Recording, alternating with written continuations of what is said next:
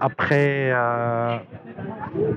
l'événement du 7 octobre, qui s'est suivi directement par un massacre sans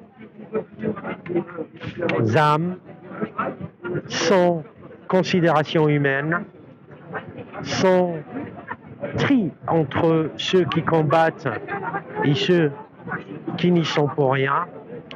Nous en sommes aujourd'hui à plus de 32 000 morts. 80% sont des femmes et des enfants. Bon nombre d'hôpitaux complètement détruits. Les gens en famine. Et le monde reste silencieux. Ce monde qui considère qu'une vie palestinienne ne mérite pas d'être défendue. Cette honte menée par le monde occidental qui ont eu du mal à se prononcer sur ce massacre, cette tragédie humaine, enfin un génocide, non pas caractérisé par moi-même, mais caractérisé par la Cour internationale de justice, puisque 4 critères sur 5 sont une évidence comme quoi il y a un génocide qui s'opère sur place. Le monde reste silencieux, mais au moins ça a le mérite qu'aujourd'hui on en parle.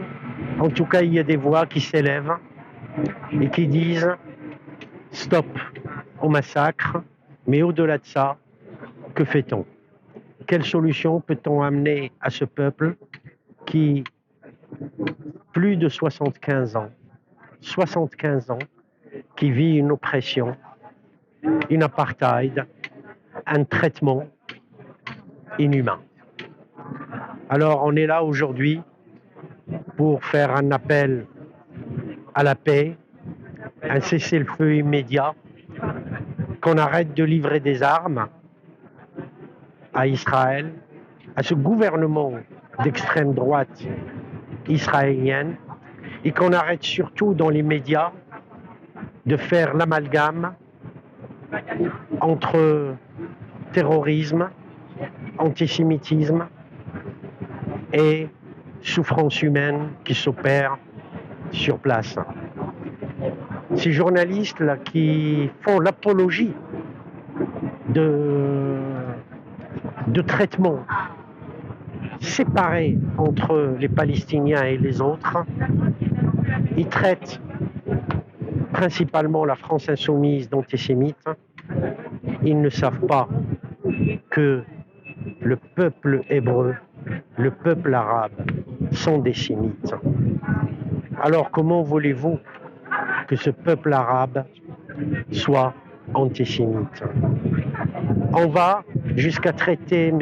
Edgar Morin, un des grands philosophes.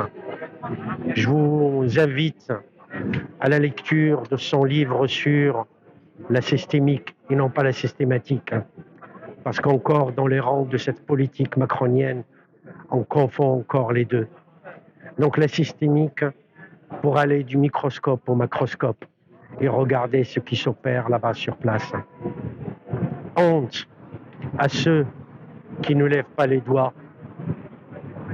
honte à ceux qui détournent le regard, mais bravo à tous ceux qui font un appel à la paix, à un cessez-le-feu, à la libération des otages, à la libération des prisonniers et de ramener une paix durable au Proche-Orient. Voilà ce que j'ai à dire aujourd'hui et c'est la raison pour laquelle on est là sur cette place du droit de l'homme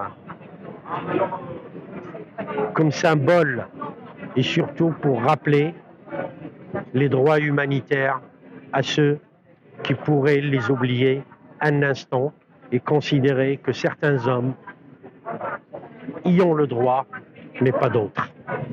Merci.